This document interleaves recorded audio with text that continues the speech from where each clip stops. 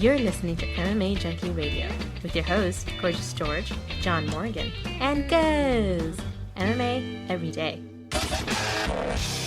Look at these guys. These guys are all clamming up, man. Boobs before. Lots of fans here gathered outside the MMA Junkie Radio studios here inside the Races Sportsbook at MandalayBay.com. Cool. Hey, how you doing, man? I always encourage people to stay here, 877-632-7000, or visit MandalayBay.com. Sign up for that email newsletter. This is the kind of cool stuff that goes down, huh, John? That's right. Have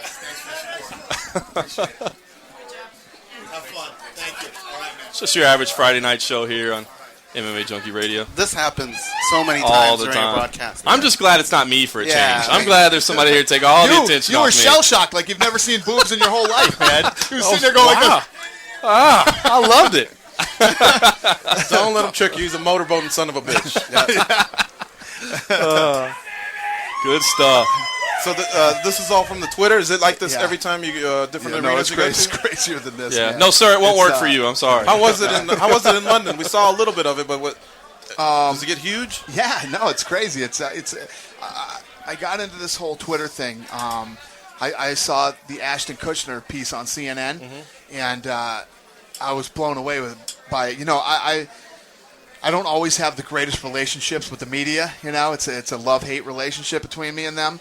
And you know, I saw Twitter as a way for me to talk directly to the fans. Right. And I dig it. You know, there's you know, when I want to say something, I'll say it the way I want to say it without going through a middleman. And when I want to do cool things for the fans, I can do it through Twitter instantly. I'm telling you, I had to wait. I knew because I was leaving the back of the arena and we drove over here. This Twitter thing is so crazy. Like, as soon as I push that button, send, it's seconds. Yeah, it's hitting people's cell phones, everything. I didn't hit it till we were running down this hallway here. And by the time I got to the end of the hallway, people were already running down this hallway. Wow. That's how fast Twitter works. It's incredible, man. It's the most amazing tool from talking to the fans that I've ever seen. Great marketing tool. And now, just to be clear, you're at Dana White, no longer Dana White UFC. At Dana White, yeah, you can do either one and it gets to me. But at Dana White is my new one. At Dana White. Somebody had already stole that one, so we had to beat them down and get it back. And Do you have to pay? Yeah, or just to beat them? No, yeah. You can't go out. People used to go out and steal all these, Domain names. all that stuff, yeah. And, it's not like that anymore. We just saw some Canadian fans right here, and we have a lot of Canadian listeners. I want to ask something on behalf of them. Looks like UFC, let's call it 114, is going to be in Montreal May 1st. Earlier in this year, you had said you probably wouldn't go back to Montreal, and that Vancouver in early 2000. We are going there, too. I mean, we're going, yeah. Because that doesn't mean that they're not getting their show then. Dude, we could go anywhere in Canada, and it's going to be big. Canada is such a huge market, and there's so many Canadian fans, it's insane. Since we know that on May 1st you're going to be in Montreal, can you fill in between where there was a rumor of Mexico in April? Is that still on? No, but we're trying to get Mexico in this year. Do Mexico City. But April's too early. Yeah. Yep. Okay. You know what you should do is invest in a radio show that's bilingual. Quizás este. Like you guys? ¿Quieres ir a México? Español. ¿Quieres ir a México, güey? That's a good idea. You guys, that's a good idea. Are people talking to you right there? Yeah, we got a chat room. We got a chat room here full of people let me look at it. asking questions. All right, let me look at Let's see here. Hey, could you ask Dana if UFC 111 is a go in New Jersey, and if he has any idea when the fights, any fights we might see? That comes from Iceman 22 right here. Okay, yeah. New Jersey, yeah, we'll definitely be back to New Jersey soon. But it's not in the immediate plans right now because obviously we're going to be in New York. We want to do New York. We want to do Boston. We want to get those first. Uchu78 says, hey, can you ask him if the UFC is coming to Michigan? They can headline Rashad Evans. Yes. Can I answer this for him? Yeah. We're coming everywhere. Yeah. No, we definitely want to go to Michigan, too. That's the thing. We really are going everywhere. I know I say that all the time, but we really are. It's just a matter of when. Of course, Detroit makes all the sense in the world to go to. San Antonio, Texas. Ask about Toronto. Any updates on those? Yeah. Give me some other questions other than where are we going. We're going everywhere. San Jose. All right. I'm getting except San Jose. San Jose, we can't get up there because those guys have their arena locked down. I'll say they probably wouldn't let you in the HP. All right. Well, I'll let a couple of the, got to know how Brock's doing. Obviously, he wasn't listening earlier part of the show. You already gave an update.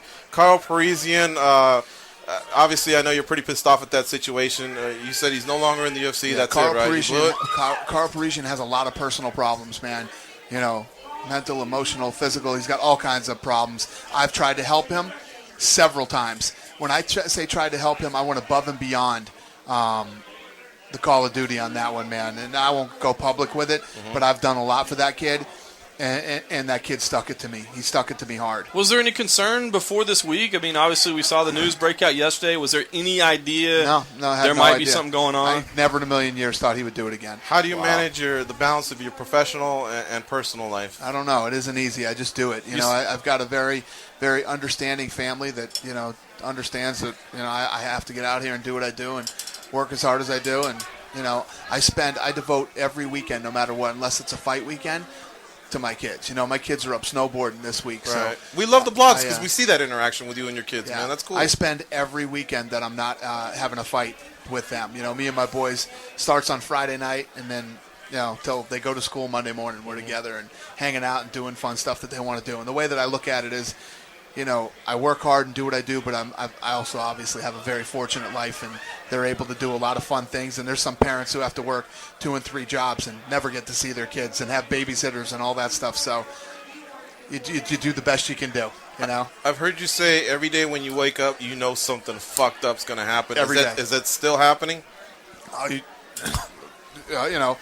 get out of bed yesterday, and I get out of bed. Was that yesterday or today? I didn't even keep the days together. Yesterday, and Carl Parisian pulls that shit. Every day when I put that big toe on the floor and go to get out of bed. A couple weeks ago was the car, right? Yeah. I There's saw the that update there. Didn't expect that. Were you tweeting? No, I swear to God, I wasn't texting or tweeting.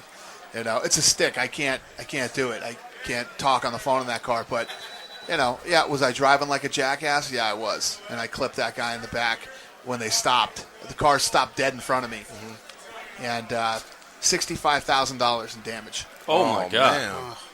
Yeah. That sucks. All right, can you take some calls? Sure. All right, let's do it. Junkie Hotline, you're on with UFC President Dana White. Hello? Hello, you're on, man. Hey, buddy. Hey, this is Alfonso from Chicago. What's up? What's up? What's up, guys? What's up, Goes? What's up, Dana? What's up, man? George? What's up? What's up, fat dude in the corner? Oh man. All right, I got a question. All right, with a lot of your champions being pretty banged up, Brock with the injury, Machida having had slight surgery, Anderson Silva being out for a little while with surgery. Yep. After BJ Penn has his title fight, you're basically looking at about 5 months till your next title defense. Right. Which should be the second fight between Machida and Shogun. So, what are you kind of doing in the interim since you don't have that many titles to put on your pay-per-view shows? All right, thank you for the question. Well, we will. We're not going to not have title fights now.